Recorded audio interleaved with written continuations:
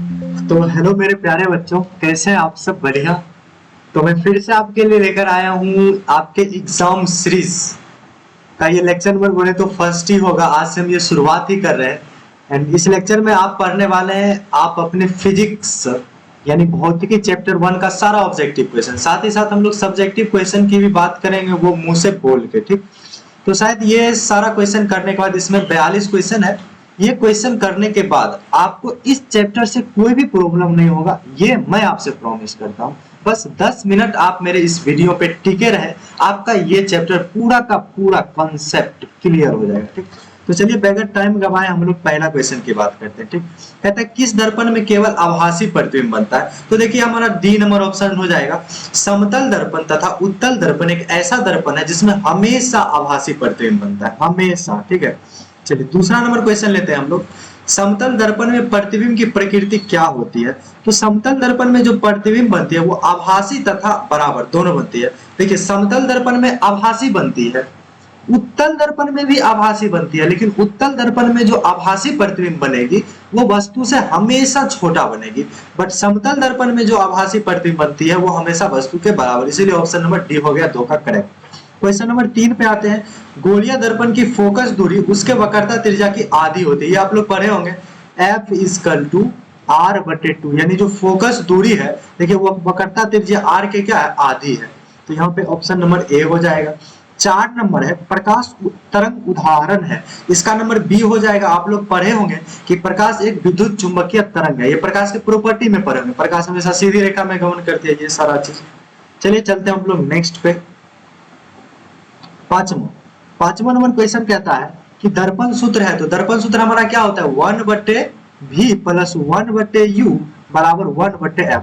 तो देखिए 1/v plus 1/u बराबर 1/f, ये ऑप्शन नंबर डी हो जाएगा। और सब आप देख लीजिएगा वो गलत हो जाएगा, ठीक। 6 नंबर, गोलीय दर्पण में फोकंस्तर एवं वक्रता त्रिज्या के बीच संबंध है। तो ये आप पढ़े होंगे F इक्वल टू R/2। तो देखिए कहीं यहाँ पे है F equal to R/2, option number C में है F इक्वल टू R/2। यहाँ पे ये भी हो सकता है हमारा, ये देखिए 2 इस तरफ आएगा तो R इक्वल टू 2F भी कहीं लिखा मिले तो आप उसको टिक कर सकते हैं, ठीक। 7 नंबर क्वेश्चन पे आते हैं। एक गोलीय दर्पण द्वारा बने प्रतिबिंब का आवर्धन ऋणात्मक हो तो प्रतिबिंब उल्टा, तो प्रतिबिंब कैसा होगा? तो देखिए अगर आपका आवर्धन ऋणात्मक आ गया तो एकदम प्रतिबिंब काल्पनिक होगा। कैसा होगा? काल्पनिक। यानी काल्पनिक जो प्रतिबिंब होती है वो हमेशा सीधा होती है, तो सीधा होगा। क्या होगा? सीधा होगा। चलिए क्वेश्चन नंबर 8 पे आते हैं। ये तो भाई बच्चा जानता है, सोलर कुकर में अवतल दर्पण का उपयोग किया जाता है, ठीक। Option number 1। मोटरसाइकिल का जो दर्पण रहता है, यानी मोटरसाइकिल में जो आप आईना देखते हैं उसमें हमारा रहता है उत्तल दर्पण। उत्तल दर्पण को हम लोग साइड मिरर के रूप में उपयोग करते हैं, किसमें? क्योंकि इसमें सीधा प्रतिबिंब बनता है और साथ ही साथ बहुत बड़ा से क्षेत्र का एक छोटा प्रतिबिंब बनता है, ठीक। सर्च लाइट का परावर्तक सतह हमेशा अवतल दर्पण का होता है। ये प्रकाश की किरण हमेशा सीधी रेखा में चलती है। 12 नंबर का हो जाएगा, प्रकाश के परावर्तन पूछे या फिर अपवर्तन पूछे, दोनों का 2 ही नियम है। किस दर्पण में बड़ा प्रतिबिंब बनता है? हमारे पास एक अवतल दर्पण ही ऐसा है जिसमें वास्तविक प्रतिबिंब भी बन सकता है, काल्पनिक प्रतिबिंब भी बन सकता है एंड बड़ा प्रतिबिंब भी बन सकता है, ठीक। चलिए 14 नंबर क्वेश्चन पे आते हैं।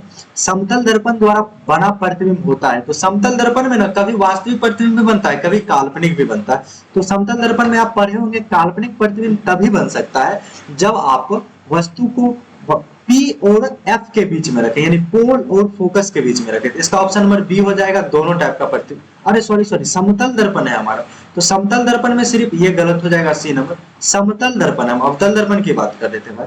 समतल दर्पण में हमेशा काल्पनिक ही बनता है, हमेशा काल्पनिक। अवतल दर्पण में दोनों टाइप का बनता है। देखिए भाई दाढ़ी बनाने में आप अवतल दर्पण का उपयोग करते हैं, क्योंकि अवतल दर्पण किसी छोटा वस्तु का बड़ा प्रतिबिंब काल्पनिक यानी सीधा बना देता है। प्रकाश के परावर्तन का नियम कहता है कि आपतन कोण परावर्तन कोण के बराबर होता है। चलिए सही है। दंत विशेषज्ञ किस दर्पण का उपयोग मरीजों को दांतों का बड़ा प्रतिबिंब, जैसे ही बड़ा प्रतिबिंब का बात है मतलब अवतल दर्पण को मार देना, ठीक। गोलीय दर्पण के परावर्तन पृष्ठ की वृत्ताकार सीमा रेखा का व्यास कहलाता है। ये हमारा होता है गोलीय दर्पण का द्वार। क्या होता है? गोलीय दर्पण का द्वार है। 19 नंबर में देखिएगा, एक उत्तल दर्पण में बना प्रतिबिंब हमेशा होगा तो उत्तल दर्पण में जो हमारा प्रतिबिंब बनता है वो हमेशा काल्पनिक बनता है और छोटा यानी हर्षित, काल्पनिक और हर्षित। Option number B. चलते हैं क्वेश्चन नंबर 20 पे। ऐसा पदार्थ जिनसे होकर प्रकाश आसानी से पार कर जाते हैं वो पारदर्शी पदार्थ कहलाते हैं। ऐसा पदार्थ जिनसे होकर प्रकाश पार नहीं कर पाते हैं वो अपारदर्शी कहलाते हैं। पारभासी जिसमें थोड़ा बहुत प्रकाशीय किरण पार करे। 21 नंबर, हमारी आंखें प्रदीप्त वस्तु को भी देख सकती है और अप्रदीप्त वस्तु को भी देख सकती है। चलिए 22 नंबर क्वेश्चन पे आते हैं। यदि किसी बिंब का प्रतिबिंब का आवर्धन ऋणात्मक हो तो उस प्रतिबिंब की प्रकृति क्या होगी? वो हमेशा उल्टा होगा। क्या होगा? उल्टा।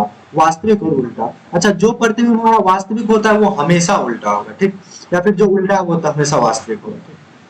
23 नंबर में है, किसी दर्पण के सामने आप चाहे जितनी दूरी पर खड़े हो आपका प्रतिबिंब सीधा ही बनता है। ये दोनों दर्पण हो जाएगा, समतल दर्पण और उत्तल दर्पण, दोनों में काल्पनिक प्रतिबिंब बनता है अर्थात सीधा प्रतिबिंब बनता है, चाहे आप कहीं भी खड़े हो। 24 नंबर में देखिए, किसी वस्तु का अवतल दर्पण द्वारा बना प्रतिबिंब आभासी, सीधा तथा वस्तु से बड़ा पाया गया तो वस्तु की स्थिति कहाँ होनी चाहिए? तो भाई ये होता है हमारा अवतल दर्पण। क्या होता है? अवतल दर्पण। और ये इसका क्या होता है? यहाँ पे पोल होता है और यहाँ पे कहीं फोकस होता है और यहाँ पे कहीं वक्रता केंद्र। तो जब आप इस बीच में कहीं भी वस्तु को रखिएगा यानी पोल और फोकस के बीच, तब जो प्रतिबिंब बनेगा वो आवर्धित बनेगा और सीधा एंड वस्तु से बड़ा बनेगा। तो आंसर हो जाएगा दर्पण के मुख फोकस और दर्पण के ध्रुव के बीच। 25 नंबर क्वेश्चन पे आते हैं। निम्नलिखित में किस दर्पण द्वारा किसी वस्तु का वास्तविक प्रतिबिंब मिलता है? तो हमारे पास एक ही ऐसा दर्पण है जो वस्तु का वास्तविक प्रतिबिंब देगा और वो है हमारा सी नंबर ऑप्शन यानी अवतल दर्पण द्वारा, ठीक। चलिए नेक्स्ट क्वेश्चन पे, क्वेश्चन नंबर 26 पे आते हैं। क्वेश्चन नंबर 26 है हमारा, उत्तल दर्पण द्वारा बना प्रतिबिंब हमेशा सीधा होता है। कैसा होता है? हमेशा सीधा। उत्तल और समतल दोनों दर्पण, उत्तल दर्पण और समतल दर्पण, देखिए ये हमारा होता है उत्तल दर्पण। जब अंदर वाला भाग को रंग दीजिएगा तब बना ये उत्तल दर्पण और ये होता है हमारा समतल दर्पण। इस दोनों दर्पण में हमेशा कैसा प्रतिबिंब बनता है? काल्पनिक। कैसा बनता है? काल्पनिक। काल्पनिक बोले तो सीधा, ठीक। चलिए 27 नंबर, अवतल दर्पण में आवर्धित काल्पनिक प्रतिबिंब बनने के लिए वस्तु को कहां पे रखा जाए? तो जब आप वस्तु को फोकस के अंदर रखिएगा अवतल दर्पण पे तो हमेशा आवर्धित और काल्पनिक प्रतिबिंब बनेगा। देखिए ये होता है हमारा अवतल दर्पण, ये तो आपको पता ही होगा। और ये इसका क्या होता है, यहाँ पे मान लीजिए फोकस है और यहाँ पे क्या है हमारा वक्रता केंद्र है। तो ये जो हमारा अवतल दर्पण है ना, ये दोनों टाइप का प्रतिबिंब बना सकता है, वास्तविक प्रतिबिंब भी और काल्पनिक प्रतिबिंब भी। वास्तविक में बड़ा बनाना है तो भी ये बना सकता है, छोटा बनाना है तो भी बना सकता है, लेकिन अवतल दर्पण काल्पनिक में हमेशा बड़ा प्रतिबिंब भी बनाता है। कैसा? हमेशा बड़ा। और वो कब बनाएगा? जब आप वस्तु को दर्पण के पोल और फोकस के बीच रखिएगा तब। तो वही हमारा फोकस के अंदर आ गया। चलिए, प्रकाश तरंग उदाहरण है बी नंबर, विद्युत चुंबकीय तरंग। निर्वात में प्रकाश की चाल या फिर हवा में प्रकाश की चाल 3 × 10⁸ मीटर पर सेकेंड। क्या होता है? मीटर पर सेकेंड। यहाँ पे देखिए सब में 3 × 10⁸ है, लेकिन किसी में सेंटीमीटर पर सेकेंड है, किसी में मिलीमीटर पर सेकेंड है, किसी में किलोमीटर पर सेकेंड है। यदि आपको ये दिखे तो आपको यही मानना, यानी प्रकाश की चाल क्या होती है? 3 × 10⁸ मीटर पर सेकेंड या फिर 3 × 10⁵ किलोमीटर पर सेकेंड। किसमें? निर्वात में, ठीक। 30 नंबर आते हैं, काल्पनिक प्रतिबिंब हमेशा सीधा होता है। काल्पनिक प्रतिबिंब हमेशा सीधा, वास्तविक प्रतिबिंब हमेशा उल्टा। इसमें तो कहने वाली कोई बात ही नहीं है। 31 नंबर, किसी वस्तु का आवर्धित काल्पनिक प्रतिबिंब बनता है। भाई काल्पनिक प्रतिबिंब दो दर्पण, सब दर्पण बनाता है, लेकिन अवतल दर्पण में अगर काल्पनिक प्रतिबिंब बनेगा तो हमेशा वस्तु से बड़ा, तो अवतल दर्पण से ही बनेगा। क्योंकि समतल दर्पण के पास जाइएगा तो ये काल्पनिक बनाएगा लेकिन वस्तु के बराबर बना देगा। उत्तल दर्पण के पास जाइएगा तो ये तो काल्पनिक बनाएगा लेकिन वस्तु से छोटा बना देगा। हमको क्या चाहिए? आवर्धित। आवर्धित मतलब बड़ा, तो ये अवतल दर्पण से होगा। अच्छा, संयुग्मी फोकस संभव है, ये अवतल दर्पण में संभव है, ठीक। 33 नंबर, यदि किसी वस्तु को एक दर्पण के सामने निकट रखने पे प्रतिबिंब सीधा बने किंतु दूर रखने पे प्रतिबिंब उल्टा बने तो वह दर्पण है। तो देखिए एक ही हमारे पास अवतल दर्पण ऐसा दर्पण है जिसमें दोनों प्रकार का प्रतिबिंब बनता है, वास्तविक और काल्पनिक दोनों। समतल दर्पण, उत्तल दर्पण में हमेशा काल्पनिक, हमेशा काल्पनिक, हमेशा काल्पनिक, ठीक। 34 नंबर पे आएंगे, यदि किसी वस्तु को एक दर्पण के सम्मुख किसी भी दूरी पर रखने से उस वस्तु का प्रतिबिंब सदैव सीधा और छोटा बनता है। सीधा मतलब क्या, काल्पनिक और छोटा बनता है, तो वह दर्पण होगा। वस्तु से छोटा बना और काल्पनिक बना मतलब उत्तल दर्पण। भाई तभी तो इसका उपयोग हम लोग गाड़ी के साइड मिरर के रूप में करते हैं। ये 35 नंबर क्वेश्चन देखिए, उत्तल दर्पण से प्रतिबिंब सदैव बनता है। तो ये जो उत्तल दर्पण होता है ना, ये हमारा देखिए, अगर उत्तल दर्पण की बात करें हम लोग, ये क्या हमारा उत्तल दर्पण, ये मान लीजिए इसका क्या है हमारे पास, ये पोल है, ये फोकस है और ये वक्रता केंद्र है। तो उत्तल दर्पण में जो हमारा प्रतिबिंब बनता है ना, वो हमेशा फोकस और पी के बीच, यानी ध्रुव और फोकस के बीच ही प्रतिबिंब बनता है। ठीक, तो ध्रुव तथा फोकस के बीच, ऑप्शन नंबर सी हो जाएगा। 36 में देखिएगा, किसी वस्तु को हम तभी देख पाते हैं जब वह वस्तु प्रकाश को परावर्तित करे। क्या करे, परावर्तित करे।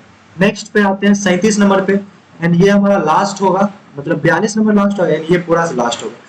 किस दर्पण में वास्तविक प्रतिबिंब नहीं बन सकता? तो देखिए, समतल दर्पण में वास्तविक प्रतिबिंब नहीं बन सकता, अवतल दर्पण में बन सकता है।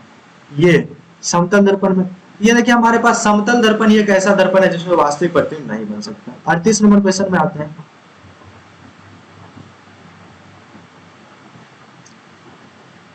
अवतल दर्पण के फोकस से चलती किरणें परावर्तन के बाद प्रधान अक्ष के समांतर हो जाती है। जैसे देखिए, ये हमारा एक अवतल दर्पण है ना,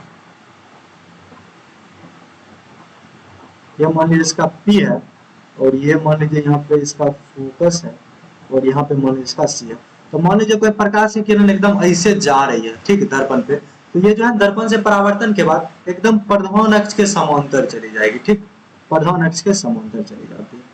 तो 39 नंबर में, क्या समतल दर्पण में बने प्रतिबिंब को पर्दा पर उतार सकते हैं? तो भाई इस प्रतिबिंब को पर्दे पे नहीं उतार सकते। क्यों नहीं उतार सकते? क्योंकि यहाँ पे काल्पनिक प्रतिबिंब बनता है, और काल्पनिक प्रतिबिंब को हम लोग पर्दे पे नहीं उतार सकते, या यानी बोले तो वास्तविक प्रतिबिंब को पर्दे पे उतारा जाता है। ठीक, 40 नंबर पे आते हैं। प्रकाश की एक किरण किसी समतल दर्पण पर 60 डिग्री का कोण बनाते हुए टकराती है। क्या कहता है? देखिए, एक हमारे पास समतल दर्पण है, एक प्रकाश की किरण इस पे आती है और दर्पण के साथ कितना डिग्री का कोण बनाती है? 60 डिग्री, और ये टकरा के ऐसी चली जाती होगी। तो कहता है कि उसका परावर्तन कोण होगा, परावर्तन कोण। यहाँ पे देखिए बहुत लोग मार देगा 60, लेकिन उसका ये क्या हो जाएगा? गलत हो जाएगा। कैसे? देखिए, सबसे पहले हम लोग अभिलंब बनाते हैं।